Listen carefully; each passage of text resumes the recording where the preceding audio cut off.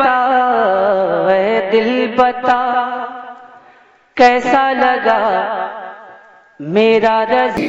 58 নম্বর আয়াতে 11 নম্বর পারাতে লেখা আছে কুল বিফাদলিল্লাহি ওয়া বিরহমাতিহি ফাবিযালিকা ফালইফরাহু ওয়া খায়রুম মিম্মা ইয়াজমাউন। কুল বিফাদলিল্লাহি, হে নবী মাহবুব আপনি বলুন আল্লাহর ফজলে, আল্লাহর রহমতে, আল্লাহর অনুগ্রহে, আল্লাহর দয়াতে, আল্লাহর রহমতে এগুলির প্রতি জানো বিশ্ব মুসলমান খুশি পালন করে বলুন সুবহানাল্লাহ। এইগুলি প্রতি খুশি পালন করে আপন ধন দৌলত, আপন ধন দৌলতের অপেক্ষা বলুন সুবহানাল্লাহ। আচ্ছা বলুন তো আল্লাহ বললেন খুশি পালন করো এ মুসলমান, আর এই মোল্লা এই লামাজাবি ফারাজি ওয়াহাবি দেওবন্দি বলে সুন্নির বিরোধী, মাজার বিরোধী, চাদর বিরোধী, ফুলের বিরোধী, লাইটিং এর বিরোধী, এরা কিয়ামের বিরোধী, এরা ওলিয়া উলিয়ার বিরোধী। এরা বলে যে আপনার নবী মারা গেছে তো আর শোকাহত পালন করো না, তোমরা খুশি পালন কেন করো? আল্লাহ বলে নবীর আপনি বলে দিন আল্লাহর রহমতে, আল্লাহর ফজলে, আল্লাহর অনুগ্রহে, আল্লাহর দয়াতে, আল্লাহর নিয়ামতে এগুলির প্রতি জানো আনন্দ উপভোগ করে আপন ধন দৌলতে অপেক্ষা। তাহলে বোঝা গেল আল্লাহর রহমত, আল্লাহর অনুগ্রহ, আল্লাহর দয়া, আল্লাহর নিয়ামত, আল্লাহর ফজল, এই জিনিসগুলিতে তোমরা খুশি পালন করো। হে মুসলমান, হাত আল্লাহর নিয়ামত, এই হাত দিয়ে আমাদেরকে বিভিন্ন কাজ আমরা করতে পারছি, এটা আল্লাহর নিয়ামত, এটা শুকরিয়া করবো না? অবশ্যই করতে হবে। এই ব্রাদার ইসলাম চোখ আল্লাহর নিয়ামত, এটা শুকরিয়া আদায় করতে হবে। ব্রাদার ইসলাম আমাদের নফস, আমাদের দিল, আমাদের কলব, আমাদের কিডনি, আমাদের যাবতীয় পঞ্চ ইন্দ্রিয়, আমাদের শরীরের যাবতীয় আমাদের অঙ্গ প্রত্যঙ্গ আল্লাহর নিয়ামত। কিভাবে ঠিক? হে মুসলমান, আল্লাহর নিয়ামত, এই নিয়ামতের উপরে তোমরা খুশি হও। সুবহানাল্লাহ সুবহানাল্লাহ সুবহানাল্লাহ। তাহলে বলুন তো সব থেকে বড় নিয়ামত কি? সব থেকে বড় নিয়ামত হচ্ছে আমার রাসূলুল্লাহ, বলুন সুবহানাল্লাহ। কি সব থেকে বড় নিয়ামত? আমার নবী, আমার রাসূল সব থেকে বড় নিয়ামত। আচ্ছা আল্লাহ বললেন আমার নিয়ামতে তোমরা খুশি হও। কি হও? খুশি হও। আমার নিয়ামতে খুশি হও। নবী সব থেকে বড় নিয়ামত। নবীর আগমনে খুশি হবেন না? কিন্তু আল্লাহ তো নিজেই বলছেন কোরআনে যে আমার নিয়ামতে খুশি হও। নবীর রহমত নাই, ওমা আরসালনাকা ইল্লা রাহমাতাল লিল আলামিন। নবী তো রহমত করে আল্লাহ প্রেরণ করেছে, তাই আল্লাহর রহমতে আমরা খুশি হব না? আল্লাহ তো নিজেই বলছেন খুশি হও।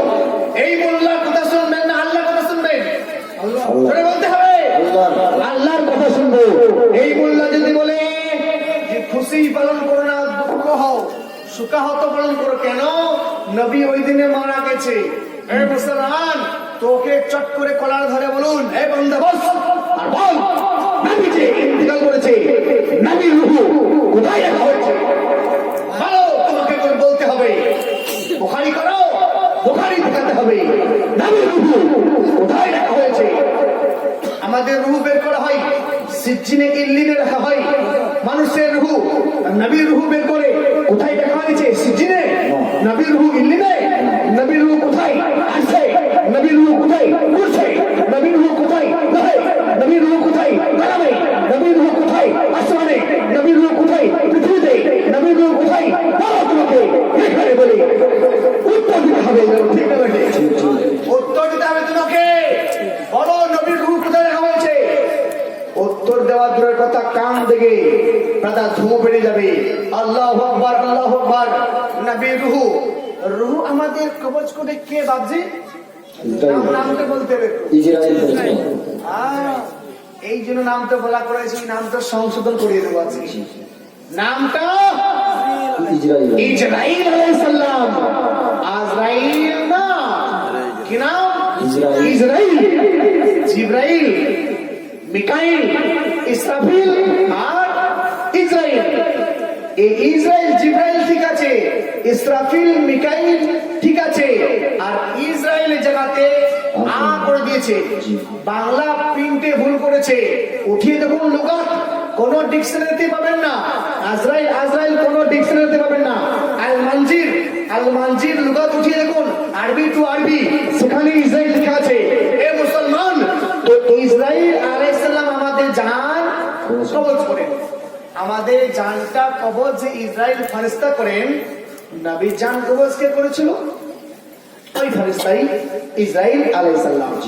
তো ইসরাইল আলাইহিস সালাম জান কবজ করতে নবীর নিকটে এসেছিলেন, তো তার সঙ্গে কজন ফেরেশতা এসেছিলেন?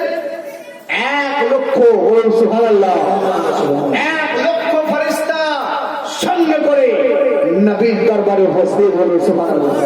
আচ্ছা বাপজি, কিছু আপনার ওয়াহাবি বলে নবী আমাদের মতো, বলে নাউজুবিল্লাহ, আমাদের মতো নবীকে যদি বলো তো তুমি সেখানে আর মুসলমান থাকলে না। ইয়াখরুজু মিনাল ইসলাম,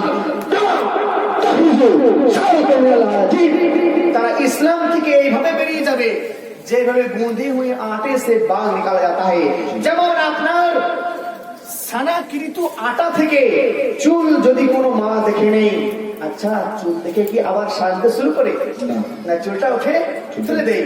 তো আপনার আজিম তারা আপনার সঙ্গে সঙ্গে ইসলাম থেকে বের করে দিবে। এরকম যদি আপনার এরকম আকীদা পোষণ করে, তো বলো তো নবীন ফেরেশতা নবীর নিকটে কটা এসেছিল?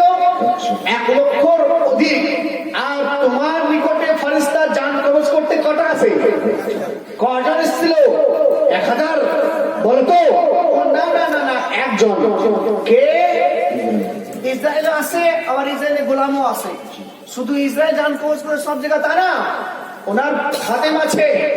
এ মুসলমান, উঠিয়ে দেখবেন কিতাবের মধ্যে, সিফা শরীফের মধ্যে লেখা রয়েছে, এ মুসলমান অনেক ফেরেশতা আছে জান কবজ করার মতো, সব ইসরায়েলেরই এ মুসলমান আইতে আছে। তো ইসরায়েল ফেরেশতা নবীর নিকটে 1 লক্ষ ফেরেশতার সঙ্গে নিয়ে আসসালামু আলাইকা ইয়া রাসূলুল্লাহ। এ মুসলমান, তো নবীর নিকটে ফেরেশতা অনুমতি নিচ্ছে, দরওয়াজাতে দাঁড়িয়ে আছেন। কোথায় আছে? দরওয়াজাতে দাঁড়িয়ে আছেন। আচ্ছা ব্রাদার ইসলাম, আর ফেরেশতা বলছে ইয়া রাসূলুল্লাহ, আপনি যদি অনুমতি দেন তো প্রবেশ করতে পারবো, আর বিনা অনুমতিতে প্রবেশ করতে পারা যাবে না। ব্রাদার ইসলাম, তো বিশ্ব রাসূল থামতে বলেন, থামো এখন ইসরাইল, থামো, এই জিবরাইল যাও বলে এসে থামো। তো ইসরাইল থেমে গেল। বলুন সুবহানাল্লাহ। আচ্ছা বাপজি, আমার নিকটে আপনার নিকটে ফেরেশতা কি জিজ্ঞাসা করে আসবে? না, তা জিজ্ঞাসা করে আসবে না। এবং যদিও জিজ্ঞাসা করে আসে, আপনি বলতে পারবেন থামো? এ মুসলমান, তাও বলতে পারবে না। আর যদিও বলে দেন আপনি, আপনার কথাতেও থামবে? এই মুসলমান, কান হোশ ও জোশ শুনতে হবে, বক্তব্য হোশ ও জোশ শুনতে হবে। ব্রাদার ইসলাম, যদি আপনার মতো নবী না হয়, নবীর নিকটে ফেরেশতা আছে তো অনুমতি নিয়ে আসে, আমার নিকটে ফেরেশতা অনুমতি নিয়ে আসে না। এই ব্রাদার ইসলাম, তাহলে নবীর সমতুল্য আমরা হতে পারলাম? কখনো না, কিয়ামত পর্যন্ত না। নবী ও আপনার বান্দা কখনো নবীর সমতুল্য হতে পারে না। আর যদি কোনো বান্দা বলে খলিল আহমদ আম্বেঠি, আমের আঠি খলিল আহমদ আম্বেঠি বলেছে মানুষ নেকি করতে করতে নবী পর্যন্ত পৌঁছে যায়, বলে নাউজুবিল্লাহ। এ মুসলমান, পাক্কা কাফের দেওবন্দের নেতা খলিল আহমদ আমের আঠি, এ মুসলমান আম্বেঠি, সুবহানাল্লাহ ইবরাহিম। তো নবীর নিকটে ফেরেশতা অনুমতি নিয়ে আসছে, তা নবীর রূহ বের করে ফেরেশতা যখন রূহ বের করা হলো, জিবরাইল গো যাও যাও ওকে আসতে বলো। জিবরাইল এবার বললেন, এই ইসরাইল এসো। এবার জিবরাইল এসে, ইসরাইল এসে নবীর আপনার রূহ মুবারক আপনার কবজ করলেন। বের করার পরে রূহটা নিয়ে আপনার আসমান দিকে রওনা হলেন। প্রথম আসমান থেকে 7ম আসমান পার ভেদ হওয়া পরে, এই মুসলমান, তিনি ভাবছেন জান এইটা রূহটা কোথায় রাখবো, কোথায় রাখবো? সিজিনে, ইয়া আল্লাহ কোথায় রাখবো? আরশে, কুরসি। আল্লাহ বলছেন ফেরেশতা না, এটা সিজ্জিনের স্থান নয়, এটা আরশে নয়, এটা কুরসি নয়, এটা লোহে নয়, এটা লোহে কলামে নয়, এটা সপ্তম আসমানে নয়। ইয়া আল্লাহ কোথায় রাখবো? জান মে রক্ষা কহো, রক্ষা কহো কাহা? তুই জান কোথায় রেখেছিল? ব্রাদার ইসলামে জান নিয়ে ইসরায়েল ঘুরে বেড়াচ্ছে। এ মুসলমান, না আরশে না লোহে না কলামে ব্রাদার ইসলাম কোন জায়গাতে নবীর রূহ রাখতে পারছেন না। না না এখানে রাখলে বেয়াদবি হবে, ওখানে রাখলে বেয়াদবি হবে, ওখানে রাখলে আদবে খেলাফ হবে। কোথায় রাখবো? নবীর রূহ দাঁড়িয়েছে। আল্লাহ বলছে যাও, আল্লাহ বললেন যাও ইসরায়েল, জানটা ওইখানে রেখে দাও যেখান থেকে নিয়ে এসেছে। বলুন সুবহানাল্লাহ। তাই ভাবছি যেখান থেকে জানটা নিয়ে এসেছো ওর মতন জায়গার কোন স্থানে নাই। বলুন সুবহানাল্লাহ। আমাদের জান নিয়ে সিজ্জিন ইল্লি রেখে দেয়, আর নবীর জানটা কোন স্থানে রাখলেন না, নিয়ে এসে আবার ওইখানে ভরে দিলেন। আর ভরে দিলেন নবী আবার জীবিত। ঠিক না বেঠে? আয়াতের বিধিবিধান অনুসরণ করে কুল্লুন নাফসিন যায়কাতুল মতের বিধান অনুযায়ী কবজ করা হয়েছিল। যেমন হযরত ইদ্রিস নবী আলাইহিস সালাম, যিনি আপনার জান্নাত ভ্রমণে গেলেন, জান্নাত ভ্রমণে যাওয়ার পরে হযরতে ইদ্রিস আলাইহিস সালামের জান কবজ করা হয়েছিল। বলছে আমার জান কবজ আবার আপনি ফেরত দেন। আবার ফেরত দেওয়া হলো। আবার গেট থেকে আবার তিনি জান্নাতে ভ্রমণ ঢুকে গেলেন। এ মুসলমান, তো বিধান অনুযায়ী নবীর রূহ কবজ করা হয়েছিল। আবার নবীর রূহ কোথায় রাখা হয়েছিল? নবীর যেখানে জান রাখার স্থান। বলুন সুবহানাল্লাহ।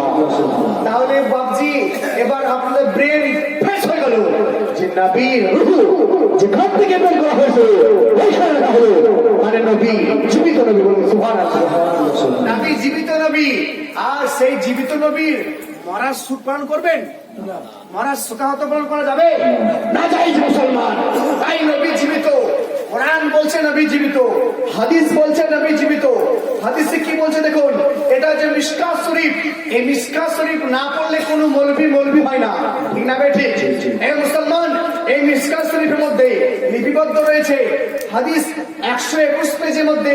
এটা দিল্লির পিন কুতুবখানা রাশিদিয়া ফারুকিয়া বুক ডিপো। এ মুসলমান, এটা পিন, এই পিনটা আপনার 121 পৃষ্ঠার মধ্যে হাদিস বর্ণনা করছেন 3 নম্বর লাইনে। আনাবি দারদাই রাদিয়াল্লাহু তাআলা قال النبي صلى الله عليه وسلم اكثر الصلاه على يوم الجمعه فإن مشهد يشهد الملائكه وإن هذا لم يصلي علي أريد على صلاته حتى يفرغوا منها قال قلت وبعد الموت قال إن الله حرم على الأرض أن تأكل أجساد الأنبياء فنبي الله يرزقون ابن ماجه। এই হাদিসটা বিশ্ব রাসূলের জবান থেকে বের হয়েছিল, যে জবান থেকে নবীর জবান থেকে বের হয়েছিল ওই রকমই আমার জিভটা ওই স্থানে থেকে বের হলো। বলুন সুবহানাল্লাহ। হে মুসলমান, ওই রকমই যেরকম নবী আমার বের করেছিলেন, নবী আমার যেভাবে করেছিলেন, এটা বাদাকিদা খারাপ ভেবে নেবেন না। নবী আমার এই যে হাদিসটা পড়েছিলেন সেই হাদিসটা আপনাদেরকে শোনালাম।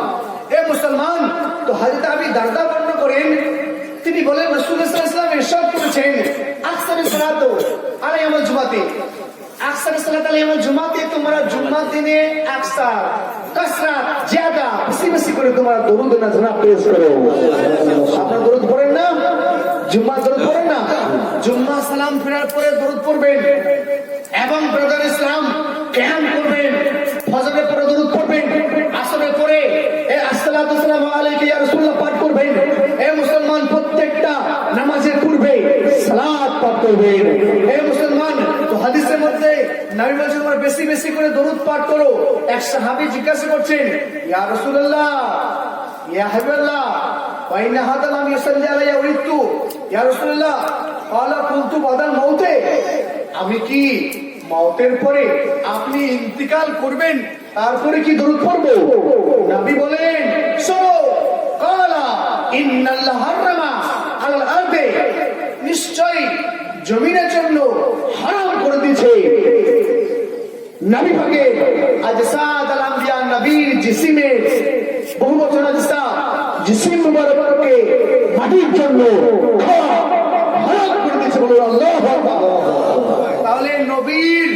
শরীরকে মাটির জন্য খাওয়া কি বলুন হারাম।